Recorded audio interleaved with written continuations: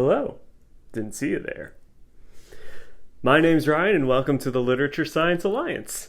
And we're in our new setting today, because if you've been following any of Angela's videos, we're in our new apartment together, which means my bookcase is here now. It's not as interesting as hers because I don't have a real concentration of books I like to have. I just kind of read whatever I find. There's no real good rhyme or reason to why I read what I read.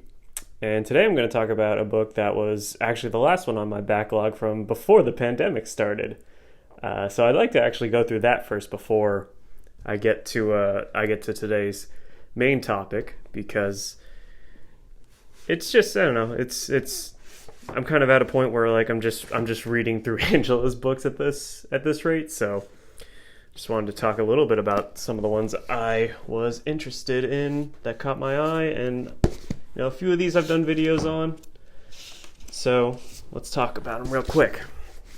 First one was Exhalation, Ted Chiang. Angela did a review about this that was really good, and pretty much all of her points I agree with. So if you want to hear my thoughts on this, just watch her review and then take this video, pause it, look at my face while her words are being spoken, and that's pretty much it. Here. There. Pause right there, and then just play the video, and you got it. Alright, so this is... I did not think this through in terms of gracefully putting these back in. Just put them on the chair when you're done, or the floor. Absolutely not. Okay. Next up is The Memory Police, which we did a video together on. So if you want to hear my thoughts on that, there's that video. And then The Gone World, which I did a video on, which I really enjoyed. And, so really 3 for 3 on the backlog so far in terms of, finding stuff to read that I actually enjoyed. And then it was 4 for 4 when I got to the Nickel Boys, but I don't think I have the nuance or the ability to convey my thoughts on this book and really do it justice, because I just, it's a historical fiction about, what happens to a group of black kids at they call it a reform school, but it's just a very important book, and I think it deserves better than whatever I could say about it. So now to really lighten the mood, the last book that I had on my backlog was The Road by Cormac McCarthy. McCarthy is an author that I've been trying to slowly work his way through his bibliography, because I've been interested in it for a while now, and I heard a lot about this book. I heard it's like a very great book, but it's super depressing. But let's talk about it. So The Road is 2009, a 2009 book. Maybe I should have looked that up beforehand, Ryan.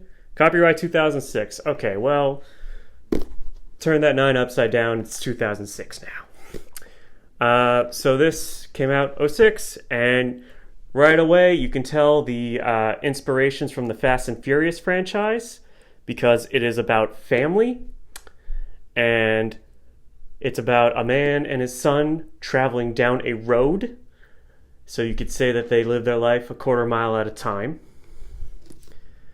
But actually... I'm sorry, I wasn't prepared. Keep that in the video.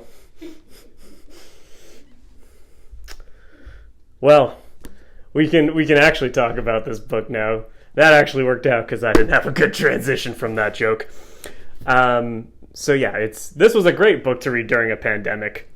All of these books were great books to read during a pandemic. A collection of short stories about free will, a book about government taking things away from people, a book about trying to prevent an apocalypse, and a book about horrible systemic racism.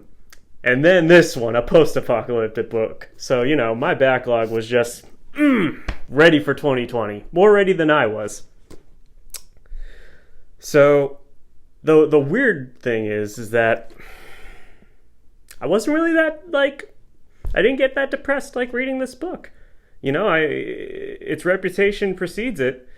And I was just kind of like, huh, okay. Like, this book does a really good job with its characters, translating what these characters feel and how hard it is, like how hard their lives are just trying to survive.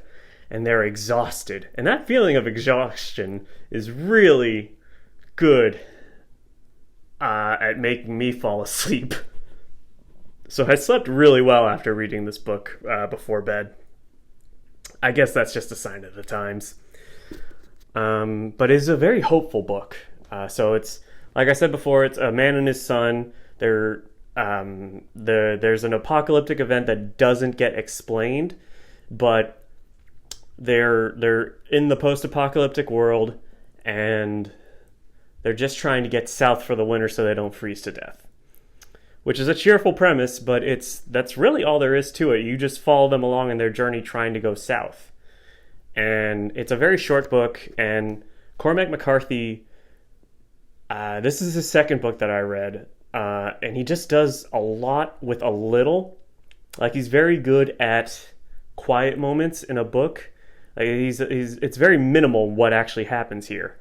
You're literally just hearing the thoughts and conversations of two people trying to get through the day. There are other survivors. It's not just them. So they meet other survivors, and they don't trust anybody. Well, they don't trust anybody, and rightfully so, because there are thieves and there are other groups of people just trying to stay alive.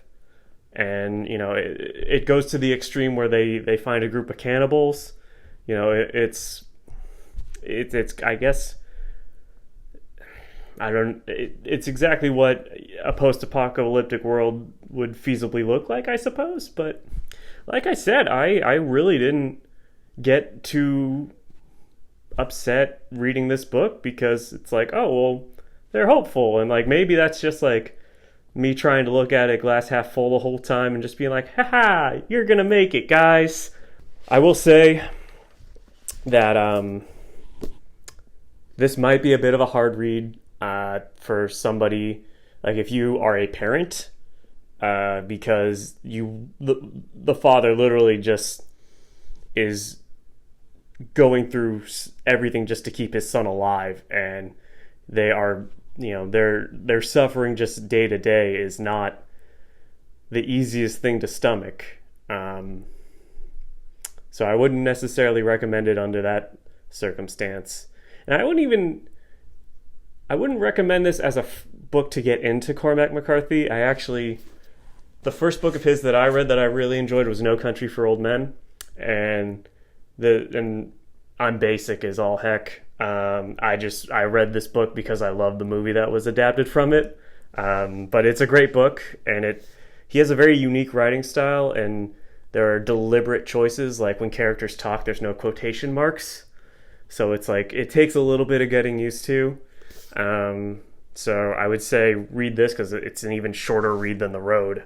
And it's not nearly as sad, although there are still some brutal things that happen in the book, but it's really not like full of despair like this guy. This book didn't bum me out nearly as much as I thought it was going to.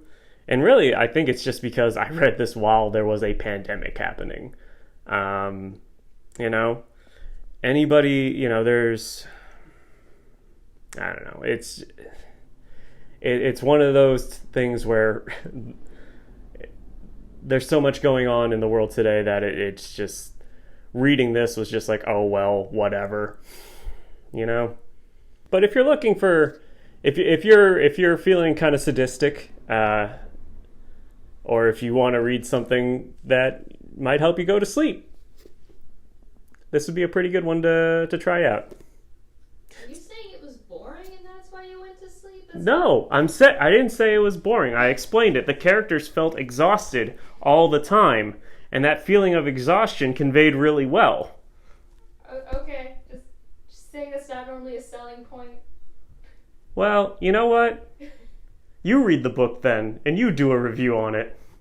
Now, what I'm trying to say is that the feeling of fatigue comes like through the pages very well. So, like, he does a very good job of describing what these characters are going through. And he does it with very little. It's a very minimalist book. So, well, as I was going to say before I was so rudely interrupted, please like, comment, and subscribe. Or maybe don't, because, Angela's being mean today. But, thanks for dropping by, and we'll see you next time.